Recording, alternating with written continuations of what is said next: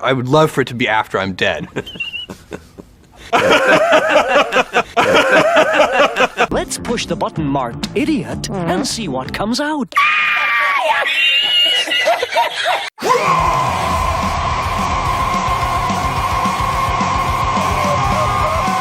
Well, greetings, ladies and gentlemen. Oh, God, here we go again.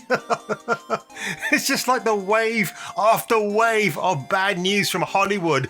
It's just getting worse and worse. At this point, I'm just going to check myself into Arkham Asylum, stay there, and never be released ever again. So get those once-a-week visits from our Batman. That would be awesome. But Bounding in the Comics, again, great website for breakdowns like this. Hollywood Studios double down on LGBTQ agenda. Get woke, go broke, be damned, damn you all to hell. Oh, wow, the statement of get woke, go broke has been prevalent on the internet for several years, you don't say. But when it comes to the corporate push for representation, it may be time to rethink that sentiment. If you've watched any television program consistently over the last 5 years, unfortunately I believe I have, you have probably noticed that there are more LGBT characters on television than ever before. So much more, the LGBT representation set a record in 2021 for the most lesbian, gay, bisexual, and transgender characters on screen ever. That's the television screen. 12% of all TV characters shown on broadcast television, cable, and streaming were, shock horror, LGBT. While some of the naive television viewers, the normies, may believe that this is just a coincidence or that television is just reflecting what the modern world is becoming, I'll get to that one in a minute as well, the push for more LGBT representation in television and movies is very much by design. Wowee. Of course, we've got Daniella Pineda as Faye Valentine, not the version I had in mind, of Cowboy Bebop, and yikes, what a mess that show became, the live action version. I do feel sorry for the actors involved in that. They thought they were onto a good thing. I mean, they're even petitioning for a second season, but Netflix quickly knew, no, nobody wanted this, and they soon got rid of it. And some visual aesthetics of the show are pretty good, but apart from that, it just wasn't saying much. And of course, we got Why the Last Man. Oh, they were championing this one really hard. I was really shocked that a company like FX would be supporting this.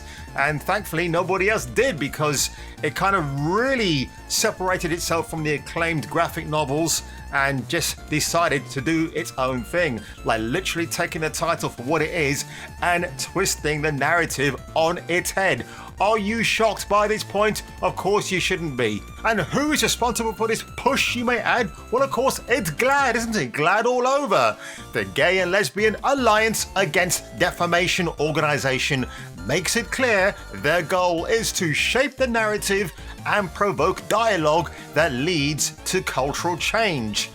I believe you can't just do it through entertainment. That has to be done through other platforms, other mediums. GLAAD protects all that has been accomplished and creates a world where everyone can live the life they love, the organization adds, which is a true statement. You choose how you want to live. Be who you want to be. And that's it. I'm completely happy for you. That's it. No, nothing more, nothing less. I was hoping you would. Tim Drake, do you want to go out on a date with me? Yeah, I think I want that. Oh, God. Utterly cringe. Wow. Glad I never read comics like this when I was growing up. And yeah, you can say what you like about my attitude about this, but nothing against anybody of a different persuasion. I'm just saying, when I was growing up and reading comics, the Hulk, Spider-Man, Thor, you name them, didn't have to worry about stuff like this. But this is entertainment today, folks, in 2022. Oh yes, Loki, where Tom Hiddleston is replaced by female Loki, and we're supposed to accept that? No, thank you. And then there's Sophia Kendo in the much fated, the much criticized The Wheel of Time. I did a very cringe reaction to that last year because I thought it might be good, not knowing much about the source material, but wow, oh wow. Like in the first 38 seconds of that first episode for Wheel of Time, everything is pointing towards men as the blame for the abuse of magic. Ugh! Gosh, that was it. Turn it off, no more. Oh, and of course Naomi, which has been, I've not seen it, but I've been watching a certain YouTuber critiquing the show and it's been hilarious. Like, apparently in the comic she's really good, but the translation from comic to TV screen has not been exactly smooth sailing.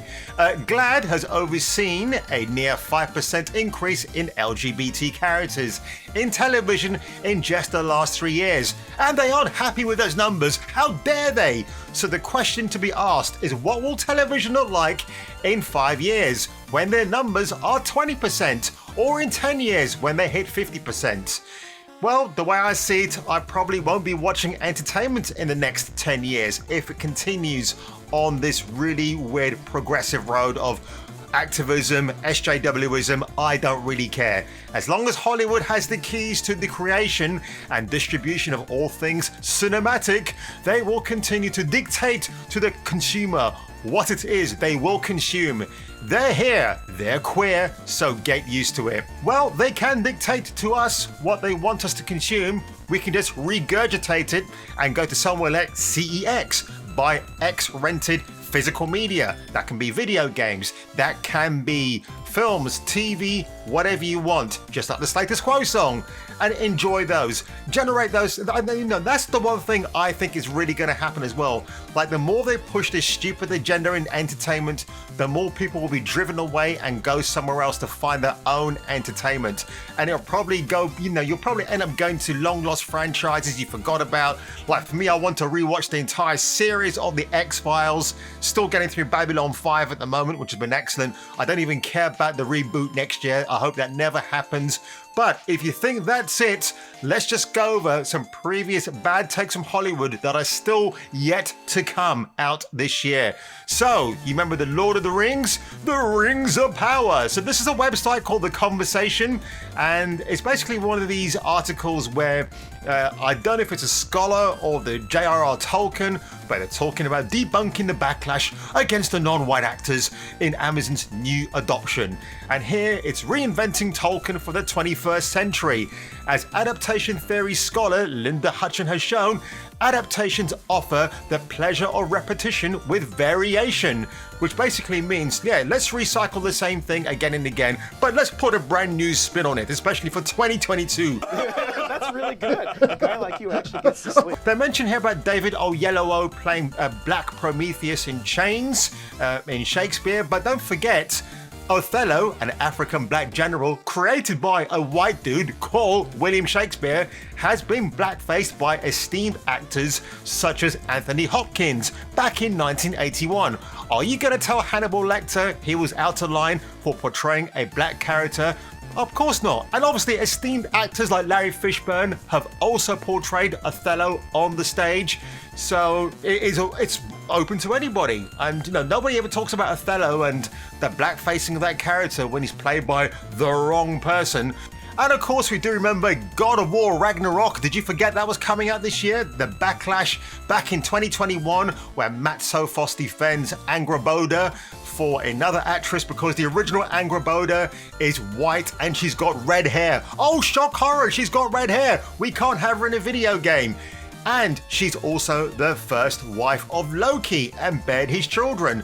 So why on earth they would go down this route? Well, I do know the answer to that, actually. It's Cory Balrog, who is obviously best pals with Neil Druckmann. I called him Duckman there for a second. I was thinking of another word there for a moment. But yeah, it's this whole doctrine by Neil Druckmann to get this narrative to permeate all these Sony video releases in the future. I believe the same thing's going to happen at some point with Microsoft and Xbox too. But at the moment, Sony are leading the march in having these narrative agendaed games coming out. I'm not interested in them anymore. That's why I go back and and play the old video games from a few years back, because there was none of that stupid agenda and then no SJW, no weird politics going on. It was just good old-fashioned entertainment. And what's wrong with that, folks? Also, this is a new story that dropped on Bounding Into Comics today. Terry McGinnis to be race swapped for Batman Beyond the White Knight in order to diversify the line. I kid you not, that is what it is. Based seemingly on the false assumptions of a number of Batman Beyond fans and a desire to diversify the line, DC Comics author Sean Gordon Murphy has revealed that in his upcoming Batman Beyond the White Knight series, Terry McGinnis will be race swapped to be half Asian. The DC Animated Universe successor to the Cowl, Terry was born the first son of Mary and Warren McGinnis, the latter of whom had their DNA rewritten to mimic Bruce Wayne's in a plot by the Dark Knight to sire an heir, as established by the Justice League Unlimited episode Epilogue, both of whom were very plainly white individuals. However, thanks to the slim eyes and black hair of Terry's character design, many fans have come to falsely believe that the futuristic Gotham crime fighter possesses some sort of Asian heritage.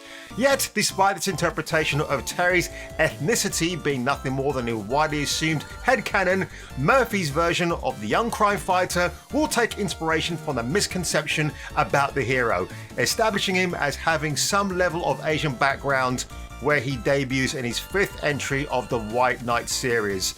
So just because Sean Gordon Murphy has heard Twitter twatter online, oh, you know what? That sounds like a great idea. Let's go along with that, shall we? Oh boy. Oh, Saints Row 2022. Volition Development Director Jim Boone has confirmed that the upcoming Saints Row entry is being developed and written with modern sensibilities in mind. So in other words, you can't run around the city anymore with a big fat dildo in your hand and bashing people to death with it. No, it's going to be dressed as, well, whatever this is. I mean, again, call a fashion police, why don't you? Boone's comments come after Volition released their first trailer for the upcoming Saints Row game that has been widely panned by fans for eschewing its over-the-top tone and humor. And yeah, you had that actress who is playing, I'm not sure who she's playing here, maybe this chick right here on the wall. And you know what, this actual picture kind of reminds me of the Ramones album, but you know, that's the Ramones. I don't know what this catastrophe is. And she was out on, I think it was E3, wasn't it? Or yeah, and she was like saying, oh, you know, they wanted to rework the game, and it's such a boring narrative from a clueless actress who doesn't know anything about the game and what we're going to get. I'm telling you what, this game is going to be dead on arrival. I guarantee it. Nobody's interested in playing a brand new version of Saints Row because we don't want to offend anybody who might be sensitive. I mean, you've got the old games. Get those instead. They're hilarious. They're politically incorrect. People bought them. People love them. They're GTA light and they are wonderful. The character designs are wonderful. Everything about the humor. And look, you even had people like Keith David partaking in the show, even though the North, you know, they all took part because they saw the funny side of it. But yeah, people don't like the new direction. It just looks safe as houses.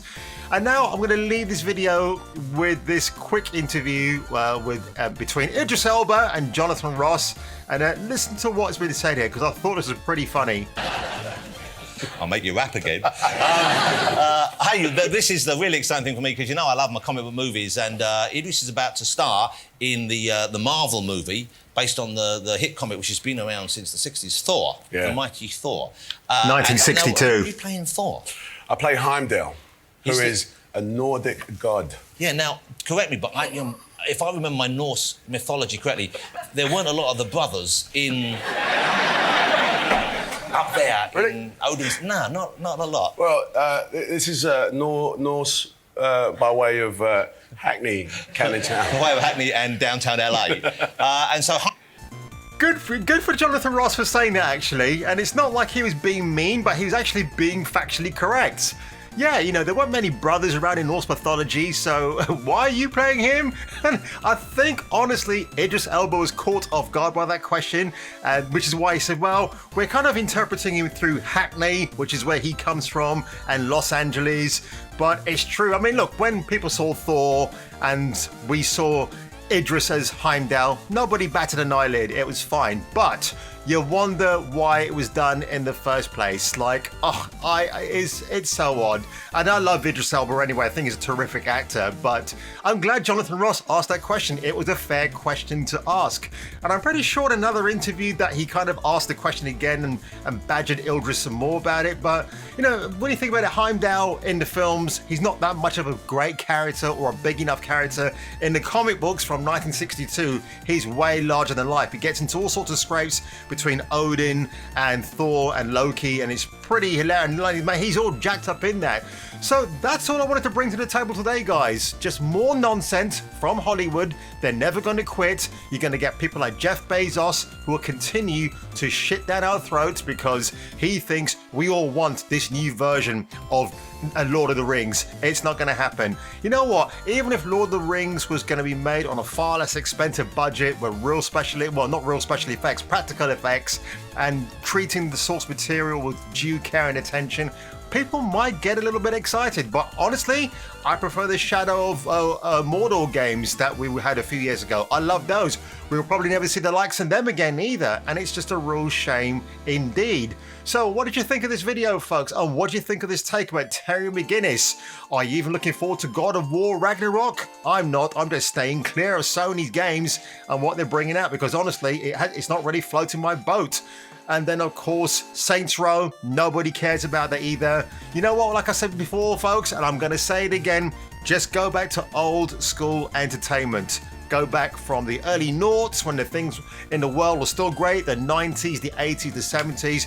You can even source up good stuff from the 60s and the 50s. If you look real hard, you will find it. You'll be pleasantly surprised. You'll come back here. You'll thank me. You'll say, dude, you rock. I'm going to subscribe. I'm going to share your video. I'm going to like everything that you do. Well, maybe not that last part. But anyway, if I were you, check me out on my next video. Has this ever happened to you? You get sucked into hell to marry Satan's daughter? Then you need Saints Row Get Out of Hell, the latest and greatest standalone expansion follow-up to the blockbuster game about saints, Rose, and the Roman numeral 4. Is that not normal? This game has it all. Witness a heroic tale of how Johnny Gat himself ventures into hell to save the President of the United States from marrying Satan's daughter. Jason King on Kung Fu Hot Dog. Your face, your ass, what's the difference?